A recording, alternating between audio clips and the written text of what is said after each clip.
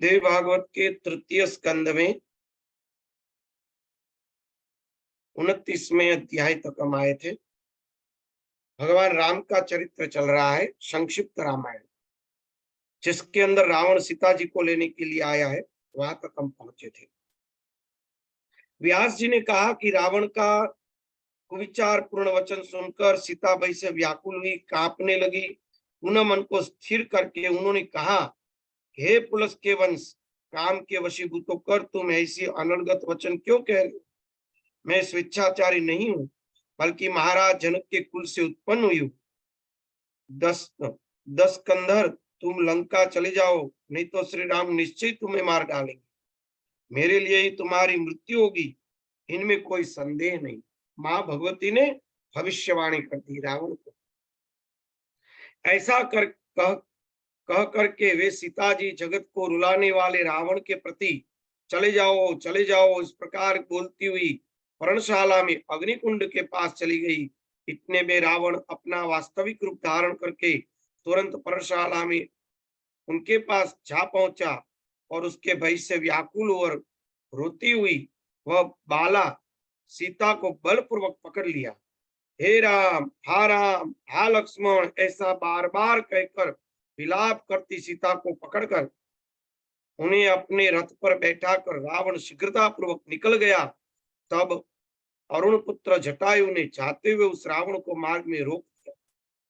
उस वन में दोनों में महाभयंकर युद्ध हुआ। एतात अंत में वह राक्षस राज रावण जटायु को मारकर सीता को साथ ले गया। तदंतर उस दुष्टात्मा ने कुकरी पक्षी की भांति गमन करती हुई सीता को लंका में अशोक वाटिका में रख दिया। उसकी रखवाली के लिए राक्षसियों को नियुक्त कर दिया। राक्षसों के साम दाम आदि उपाय से भी सीता जी अपने सतीत्व से विचलित नहीं हुई। इधर राम स्वयं को शीघ्र मारकर उसे लिए प्रसन्नता पूर्वक चल पड़े। मार्ग में आते लक्ष्मण को देखकर बोले कि भाई, यह तुम कैसे विषम कार्य कर दिया। वहां प्रिया सीता अकेली छोड़कर इस पापी की पुकार सुनकर तुम इधर क्यों चले आए? तब सीता के वचन रूपी बाणों से आहत लक्ष्मण ने कहा कि प्रभु, मैं काल की प्रेरणा से यहाँ चला आया, इनमें संदेह नहीं। तदंतर दोनों पर्णशाला में जाकर वहां की स्थिति देखकर अत्यंत दुखी हुए जानकी को खोजने का प्रयत्न करने लगे। खोजते हुए उस स्थान पहुंचे जहां पक्षीराज जटायु गिर पड़े थे, वह पृथ्वी पर मृतप्राय पड़े थे। उसने बताया कि रावण जानकी को अभी हर लिया। मैंने उस पापी को रोका, किंतु युद्ध में मुझे मार कर गिरा दिया है। ऐसा कहकर जटायु मर गया। तब श्री राम ने उसका दाह संस्कार किया। उनकी समस्त और्ध्वदेहिक क्रिया संपन्न करके राम और लक्ष्मण वहां से आगे चले। मार्ग में कबंध वध करके भगवान श्री राम ने सांप से छुड़ाया। उसके कथन अनुसार उन्होंने सुग्रीव से मित्रता की। तदंतर पराक्रमी वाली का वध करके श्री राम कार्य साधन हेतु किष्किंधा का उत्तर राज्य अपने सगा सुग्रीव को सौंप दिया। वहीं पर लक्ष्मण जी सहित श्री राम ने रावण के द्वारा आहत अपनी प्रिया जानकी के विषय में मन में सोचते हुए वर्षा के 4 मास व्यतीत किए। सीता के विरह के अत्यंत दुखित राम ने एक दिन लक्ष्मण से कहा, हे सौमित्र, कैकेयी की कामना पूरी हो गई, अभी तक जानकी नहीं मिली। मैं उसके बिना जीवित नहीं रह सकता। जनक तनया सीता के बिना मैं अयोध्या नहीं जाऊंगा।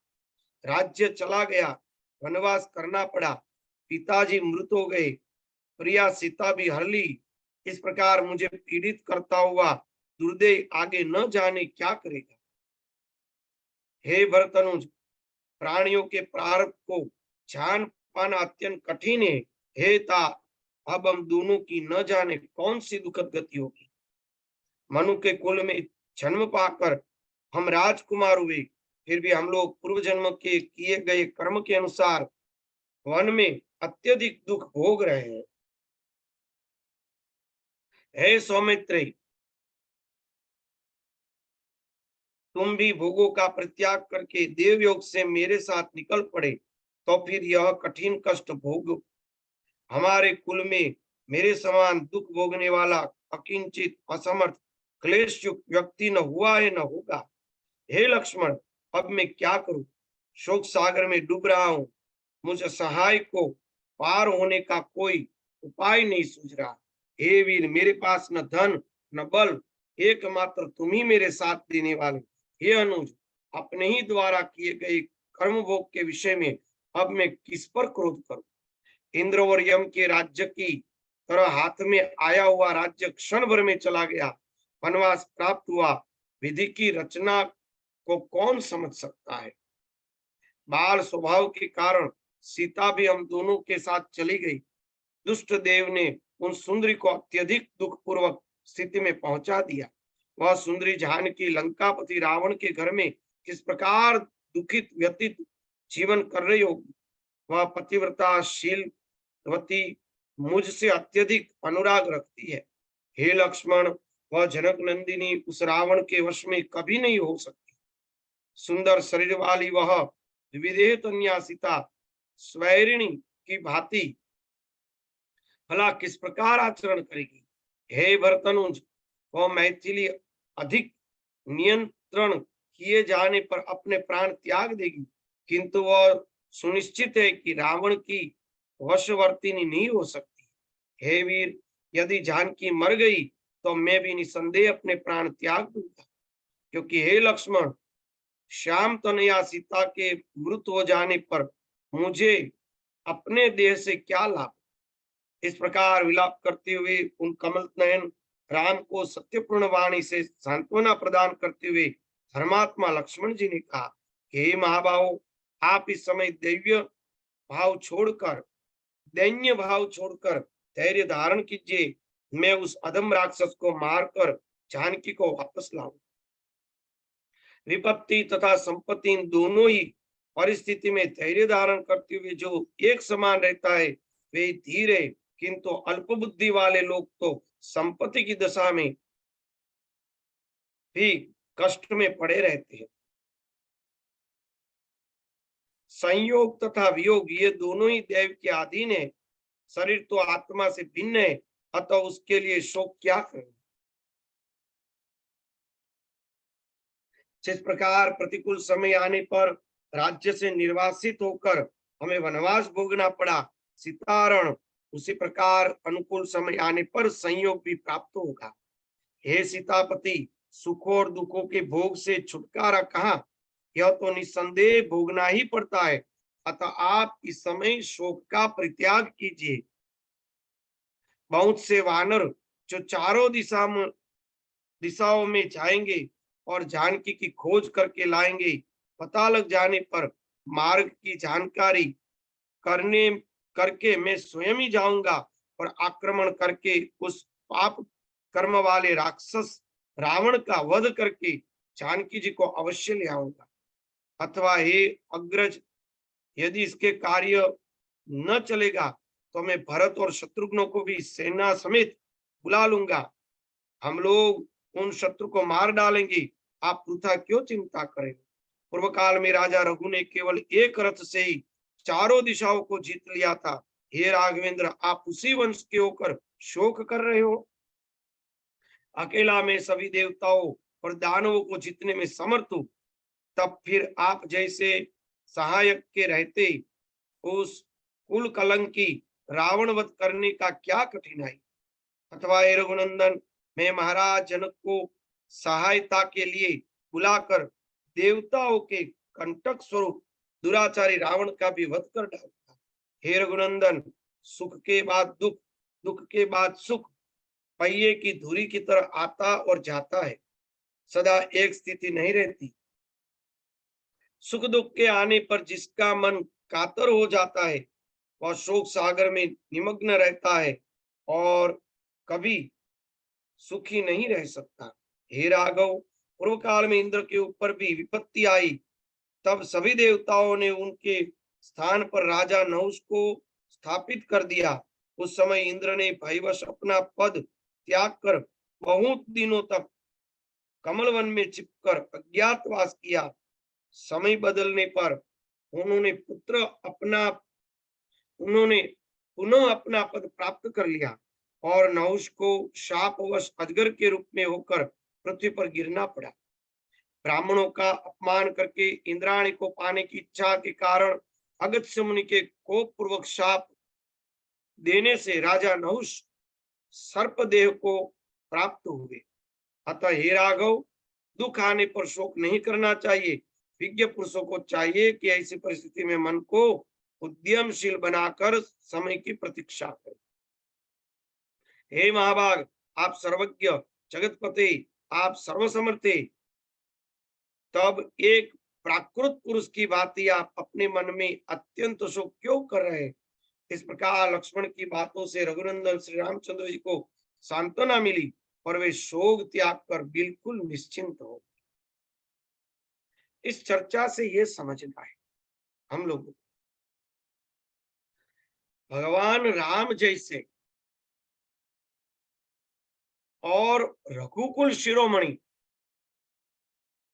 जिसका रघुकुल के अंदर जन्म हुआ है, सोचो तो सही, ऐसी परिस्थिति में भी उस राम को कितना दुख और कष्ट भुगतना पड़ा। चिंतन कीजिए। तो हम लोग तो कौन सी भला है, आज जिस दिन को उसको राज्य मिलने वाला था, उस दिन उसको वनवास मिल गया, पिता की मृत्यु हो गई, आज उसकी पत्नी को रावण ले गया, निसहाय दशा में जंगल में पड़े हैं। कितनी खराब बात, सोचने जैसी बात है ना। तो भगवान जब पृथ्वी पर आते हैं तो उनको भी इतना कष्ट पड़ता है, तो हम लोग कौन सी भला है। हमें ये चिंतन करके अपने दुख के अंदर दुखी नहीं होना चाहिए। इस प्रकार से आगे का अध्याय है 30वां अध्याय। व्यास जी बोले, इस प्रकार राम और लक्ष्मण परस्पर में परामर्श करते जो ही चुप हुए, जो ही आकाश मार्ग से देवर्षि नारद वहां पर आ गए। उस समय वे स्वर तथा ग्राम के वशीभूत अपनी महती नामक वीणा बजाते हुए बृहदरंथ शाम का ज्ञान करते हुए उनके समीप पहुंचे। उन्हें देखते ही अमित तेज वाले श्री राम ने उठकर श्रेष्ठ पवित्र आसन दिया। तत्पश्चात अर्घ और पाद्य से उनकी पूजा की। भली भांति पूजा करने के बाद भगवान श्री राम हाथ जोड़कर खड़े हो गए। फिर मुनि की आज्ञा देने पर उनके पास ही बैठ गए।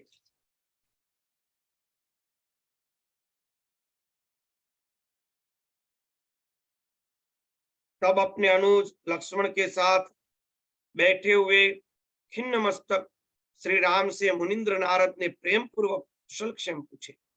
नारद जी ने कहा कि हे राघवेंद्र, आप इस समय साधारण मनुष्य के समान शोक व्याकुल क्यों है? मैं यह जानता हूं कि दुष्ट रावण सीता को हर लिया। जब मैं देवलोक में गया तभी मैं वहीं सुना कि अपनी मृत्यु को न जानने से ही मोह के वशीभूत होकर रावण ने जनक नंदिनी का हरण कर लिया। हे काकुत्स, आपका जन्म ही रावण के निधन के लिए हुआ है। हे नराधिपति, इसी कार्य सिद्धि के लिए सीता का हरण हुआ है। पूर्व जन्म में वैदेही एक मुनि की तपस्विनी कन्या थी। उस पवित्र मुस्कान वाली कन्या को रावण ने वन में तप करते हुए देखा। तब रावण ने उसकी प्रार्थना की कि तुम मेरी पत्नी बनो। इस पर उसके द्वारा तिरस्कृत गए रावण ने बलपूर्वक उसके केस पकड़ लिए। रावण के स्पर्श से दूषित अपनी देह को त्यागते हुए आकांक्षा रखती हुई उस तापसी मुनि कन्या ने अत्यंत कुपित होकर उसे तत्काल यह घोर शाप दिया। हे दुरात्मन, तुम्हारे विनाश के लिए मैं भूतल पर गर्भ से जन्म लेकर एक श्रेष्ठ स्त्री के रूप में प्रकट होंगी। ऐसा कहकर तापसी ने अपना शरीर त्याग दिया। लक्ष्मी के अंश से उत्पन्न सीता वही है जिसे भ्रमवश माला समझकर नागिन को धारण करने वाले व्यक्ति की भांति रावण ने अपने वंश का नाश करने के लिए उसका हरण किया। हे ककुत्स, आपका भी जन्म उसी रावण के नाश के लिए देवताओं की प्रार्थना करने पर आदि भगवान विष्णु के अंश से अजवंश में हुआ है। हे महाबाहो, आप धैर्य धारण करें, वे किसी दूसरे वश में नहीं हो सकती। वे सती परायण, सती धर्म परायण सीता लंका के दिन रात आपका ध्यान करती हुई रह रही है। स्वयं इंद्र ने एक पात्र में कामधेनु का दूध सीता को पीने के लिए भेज दिया था। उस अमृत तुल्य दूध को उन्होंने पी लिया है। वे कामधेनु के दूध पान करने से भूख प्यास से दुख से रहित हो गई है। मैंने उन कमल नयनी को स्वयं देखा।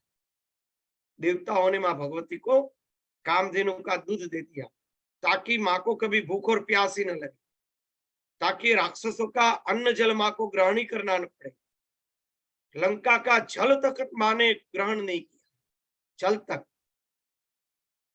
हे राघवेंद्र, मैं उस रावण के नाश का उपाय बताता हूँ। अब आप ही अश्विन मास में श्रद्धा पूर्वक नवरात्र कीजिए। हे राम, नवरात्र में उपवास 6 पौन के विधान से किया गया भगवती का पूजन समस्त सिद्धियों को प्रदान करने वाला है। देवी को पवित्र बलि देकर दशान शमन करके आप पूर्ण शक्तिशाली बन जाएंगे। पूर्व काल में भगवान विष्णु, शिव, ब्रह्मा, स्वर्गलोक के विराजमान इंद्र भी उसका अनुष्ठान किया है। हे राम, सुखी मनुष्य को इन व्रत का अनुष्ठान करना चाहिए और कष्ट में पड़े मनुष्य को यह व्रत विशेष रूप से करना चाहिए। हे काकुत्स, विश्वामित्र, भृगु, वशिष्ठ, कश्यप भी इस व्रत को कर चुके, इसमें संदेह नहीं। इसी प्रकार हरण की गई पत्नी वाले गुरु बृहस्पति ने भी इस व्रत को किया था। इसलिए हे राजेंद्र, रावण के वध तथा सीता की प्राप्ति के लिए आप इस व्रत को कीजिए। पूर्व काल में इंद्र ने वृत्रासुर के वध के लिए, शिव ने त्रिपुर दैत्य के वध के लिए सर्वश्रेष्ठ व्रत किया था। हे महामते, इस प्रकार भगवान विष्णु ने भी मधु दैत्य के वध के लिए सुमेरु पर्वत पे व्रत किया था। अतः हे काकुत्स, आप भी आलस्य रहित होकर विधि पूर्वक यह व्रत कीजिए।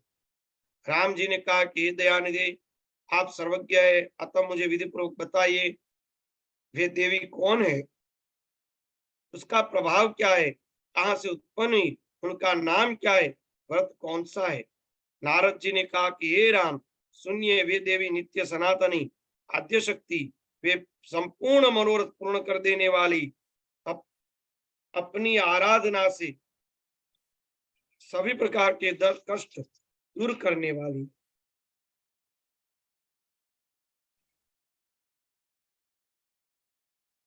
हे रघुनंदन, वे ब्रह्मा आदि देवताओं तथा समस्त जीवों की कारण स्वरूपा उनकी शक्ति पाए बिना कोई हिलडुल सकने में भी समर्थ नहीं। वे ही मेरे पिता ब्रह्मा की सृष्टि शक्ति है, विष्णु की पालन शक्ति, शंकर भगवान की संहार शक्ति और कल्याणमयी पराम्बा अन्य शक्तियों के रूप में भी है। इन तीनों लोकों में जो कुछ भी है वह भी सत्य या असत पदार्थ है। उनकी उत्पत्ति में निमित्त कारण इस देवी के अतिरिक्त और कौन हो सकता है। इन सृष्टि के आरंभ में ब्रह्मा, विष्णु और महेश, सूर्य, इंद्र देवता, पृथ्वी और पर्वत आदि कुछ भी नहीं रहता, तब उस समय वे निर्गुणा कल्याणकारी परा प्रकृति परम पुरुष के साथ विहार करती है। वे ही बाद में सुगुणा शक्ति बनकर सर्वप्रथम ब्रह्मा आदि का सृजन करके उन्हें शक्तियां प्रदान कर तीनों भुवनों की सम्यक रचना करती है। उन आदि शक्ति को जानकर प्राणी संसार बंधन से मुक्त हो जाता है। विद्या स्वरूपा वेदों की आदि कारण, वेदों को प्रकट करने वाली तथा परमा उन भगवती को अवश्य जानना चाहिए।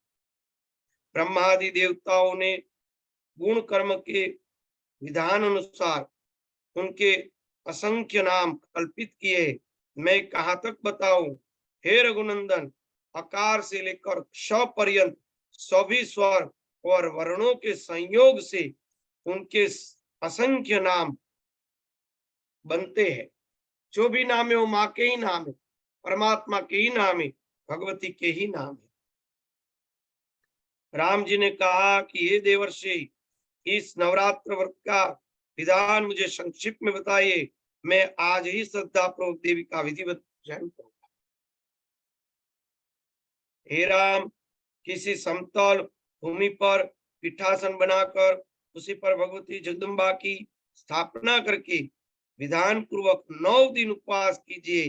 हे राजन, इस कार्य में मैं आचार्य बनूंगा, क्योंकि देवताओं के कार्य करने में मैं अधिक उत्साह रखता हूँ। व्यास जी ने कहा कि नारद जी का वचन सुनकर प्रतापी श्री राम ने उसे सत्य मानकर तद अनुसार एक सुंदर पीठासन बनाकर उस पर अंबिका की स्थापना की।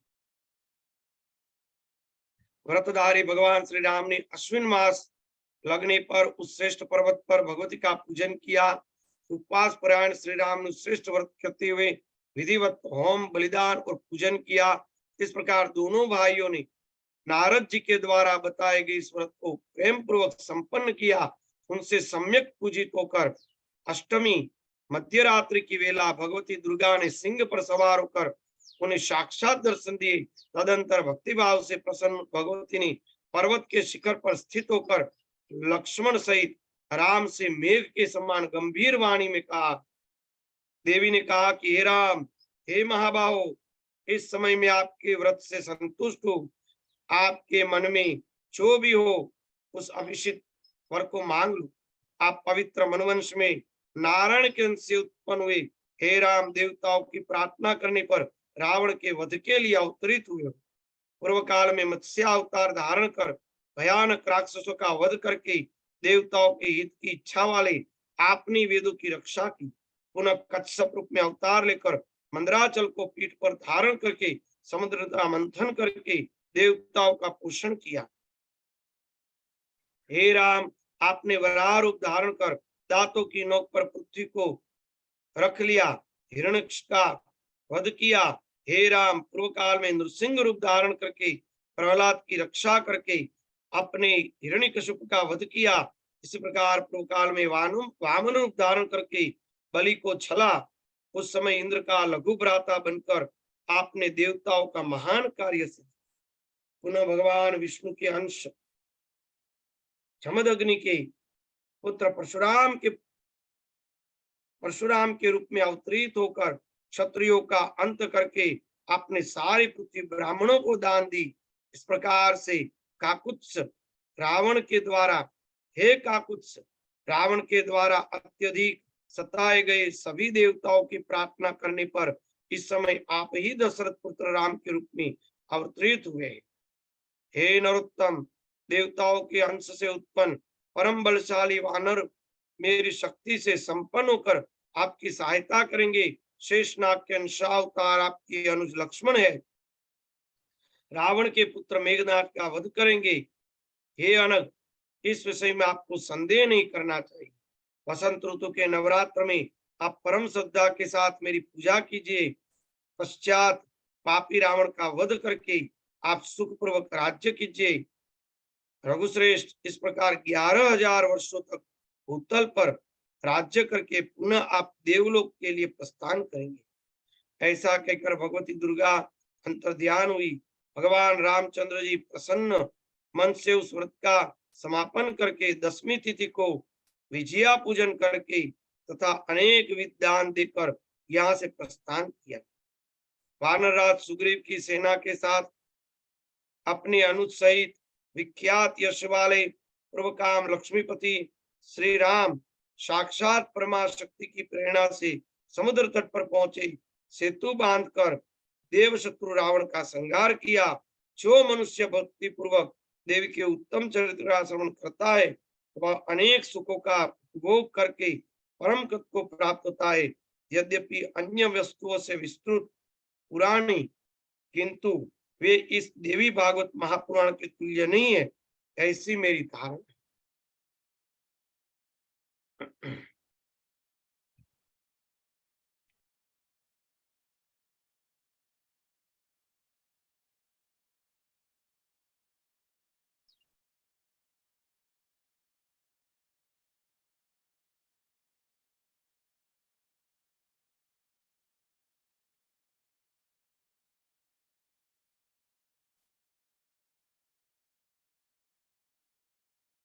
स्कंद चतुर्थ, 3 स्कंद पूरे हुए। श्री जगदम्बिकाय नमो। ओम ह्रीं क्लीं चामुंडाय विचे। श्री देवी भागवत महापुराण चतुर्स्कंद प्रथमोध्याय। जन्मेजय जी ने कहा कि हे वासवे, हे मुनिवर, हे सर्वज्ञ ज्ञान निधि, ज्ञानक, हमारे कुल की वृद्धि करने वाले स्वामी, मैं कृष्ण के विषय में भी प्रश्न पूछना चाहता हूँ। अब राम भगवान की कथा हुई, अब कृष्ण भगवान के बारे में प्रश्न पूछ रहे। मैंने सुना है कि परम प्रतापी श्रीमन वसुदेव राजा सुरसेन के पुत्र थे, जिनके पुत्र रूप में भगवान साक्षात विष्णु अवतरित हुए। आनक दुदुम्बी नाम से विख्यात वे वसुदेव देवताओं के भी पूज्य थे। धर्मपरायण होते हुए भी वे कंस के कारागृह में क्यों बंद? वसुदेव का एक नाम है आनक दुदुम्बी, आनक दुंदुभी, क्योंकि उनका जन्म हुआ ना तब देवताओं ने दुंदुभी बजाई थी, तो इसीलिए आनक दुंदुभी एक नाम है और वसुदेव भी एक नाम है।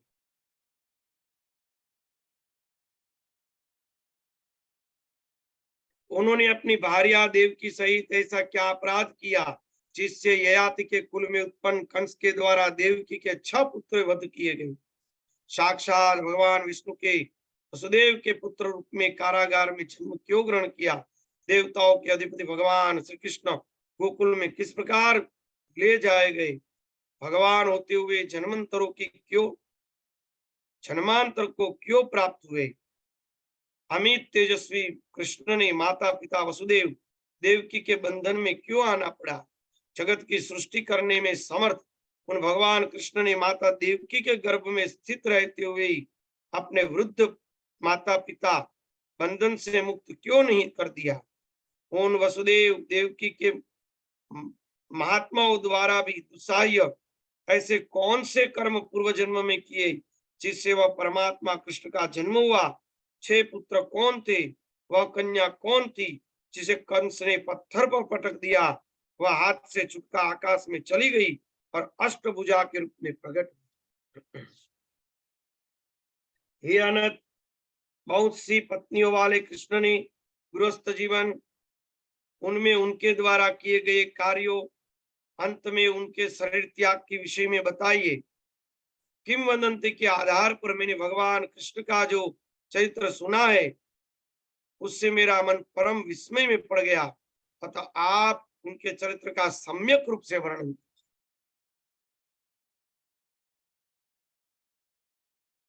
पुरातन धर्मपुत्र महात्मा देव स्वरूप ऋषिश्रेष्ठ नर नारायण ने उत्तम तप किया।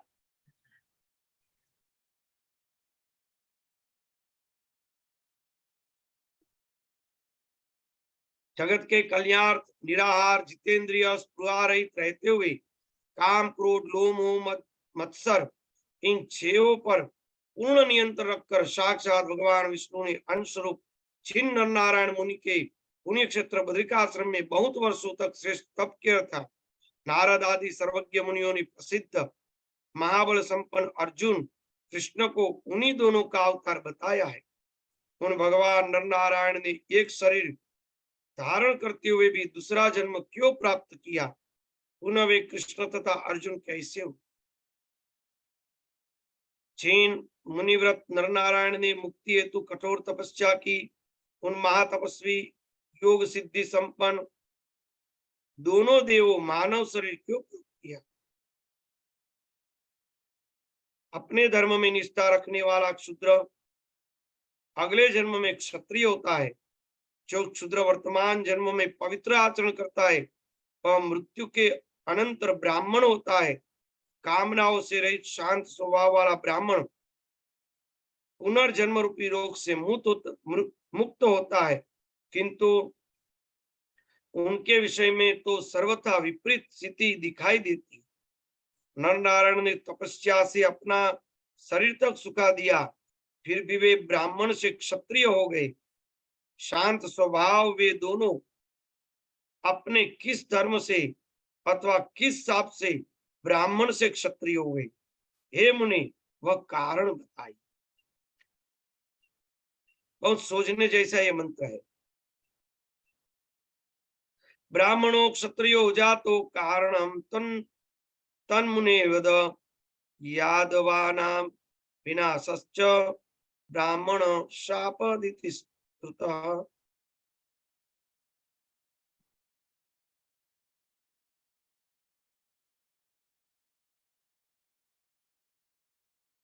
नर और नारायण भगवान है ना, वह राजा के पुत्र थे, ब्राह्मण पुत्र नहीं थे, क्षत्रिय पुत्र थे। तो यहाँ पे ब्राह्मण शब्द क्यों कहा गया, ब्राह्मण शब्द क्यों कहा गया, सोचने जैसी बात।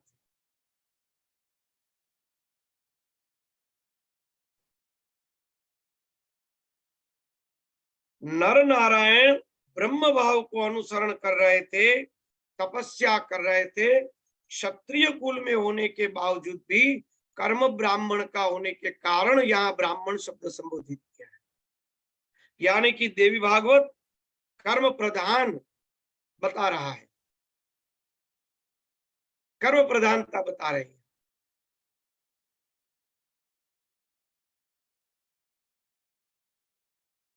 मैंने यह भी सुना है कि यादव का विनाश ब्राह्मणों के शाप से हुआ था, गांधार के शाप से कृष्ण के वंश का विनाश हुआ, सम्रासुर ने कृष्ण पुत्र प्रद्युम्न का अपहरण किया, देवाधिदेव जनार्दन वसुदेव के रहते सूती कारागृह में पुत्र का हरण हो जाना एक अत्यंत अद्भुत बात है।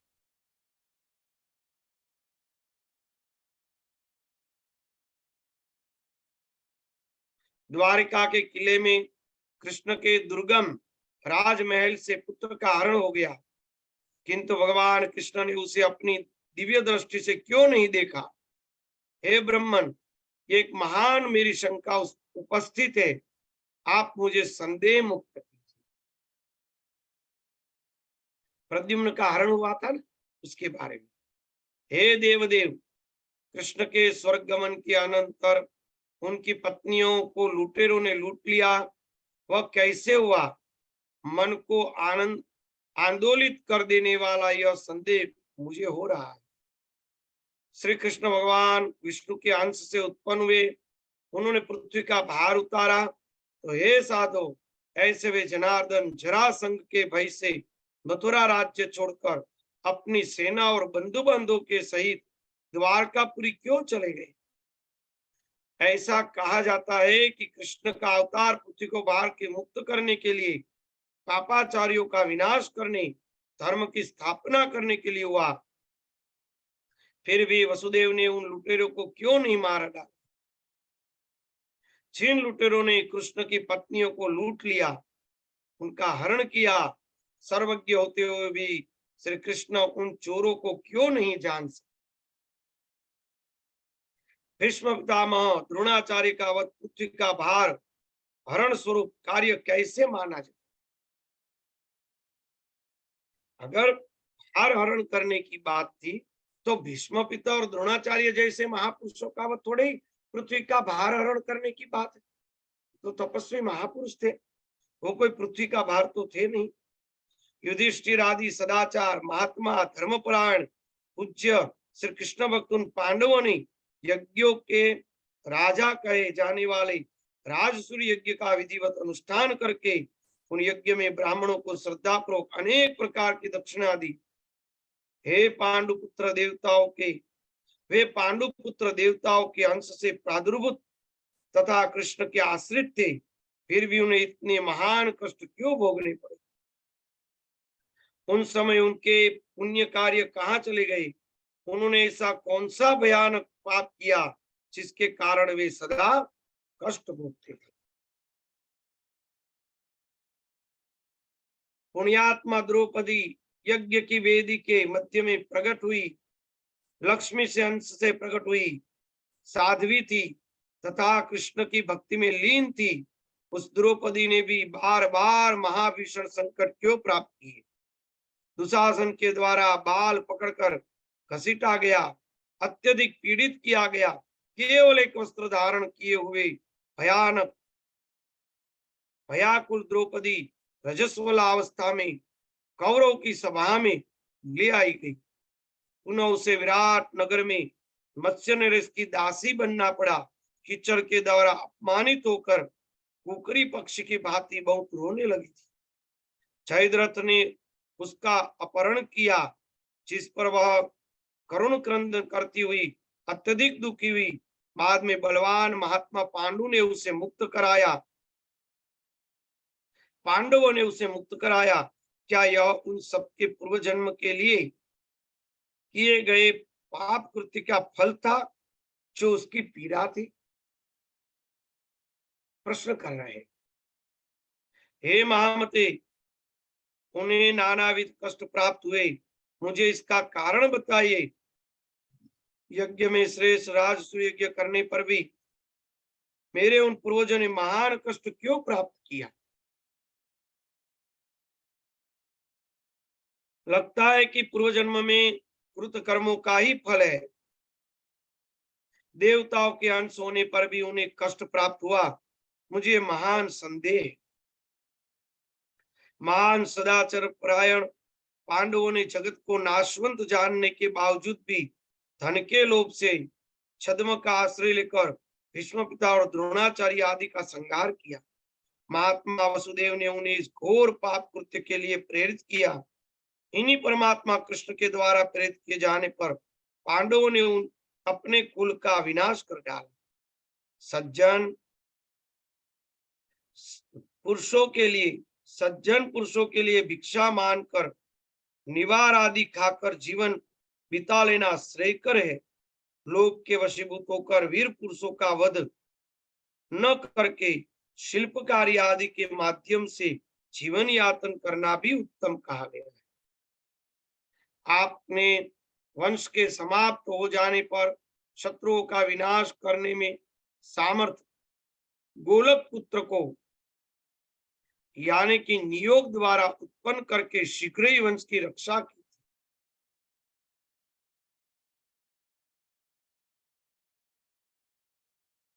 कुछ ही समय के पश्चात विराट पुत्री उत्तरा के पुत्र महाराज परीक्षित ने एक तपस्वी के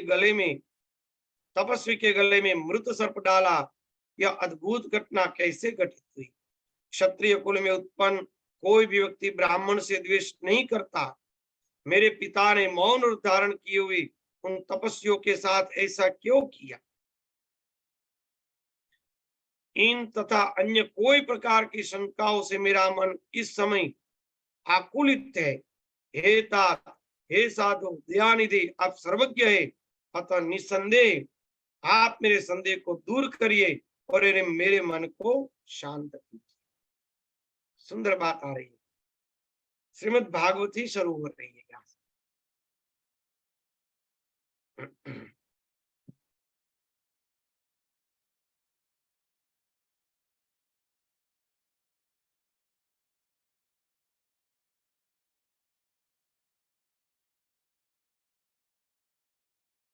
चतुर्थ स्कंद पूरा भगवान श्री कृष्ण के ऊपर है।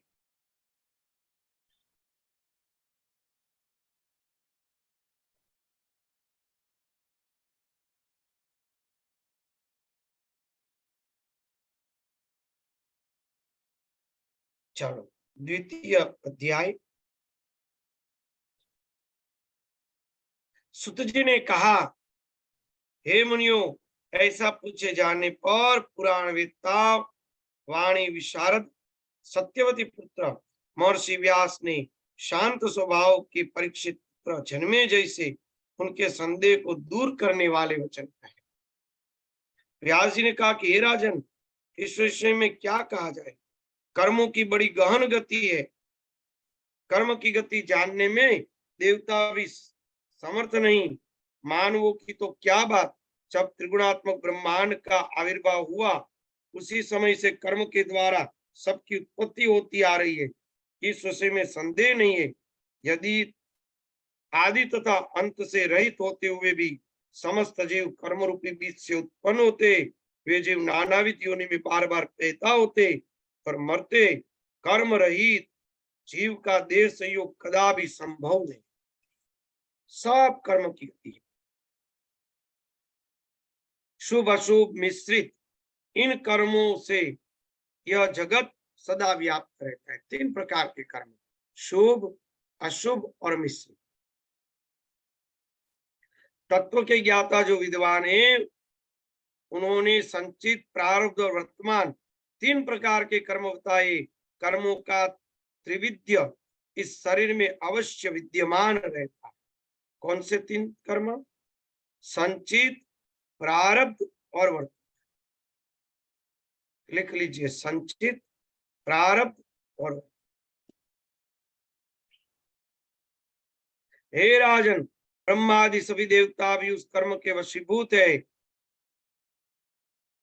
सुख दुख, वृद्धावस्था, मृत्यु, हर्ष, शोक, काम, क्रोध, लोभ, ये सभी देवगत गुण है।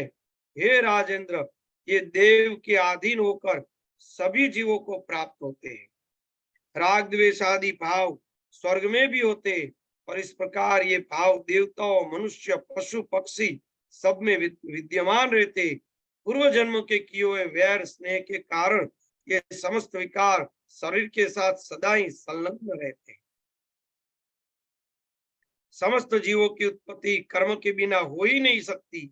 कर्म से ही सूर्य नियतित रूप में परिभ्रमण करता है और चंद्रमा क्षय रोग से ग्रसित होता रहता है। अपने कर्म के प्रभाव से रुद्र को मुंड की माला धारण करनी पड़ती है, इनमें कोई संदेह नहीं। आदि अनंत रहित यह कर्म ही जगत का कारण।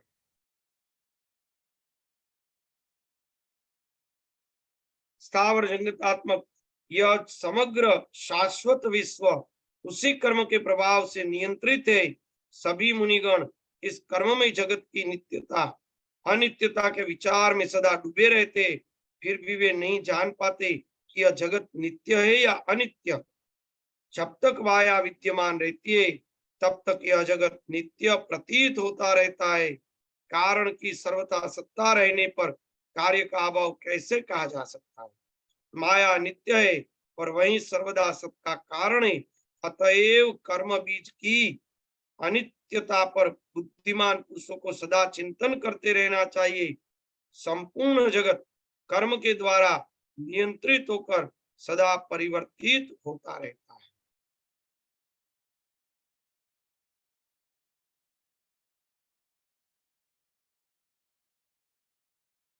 चलो आगे का सुंदर कल लेंगे।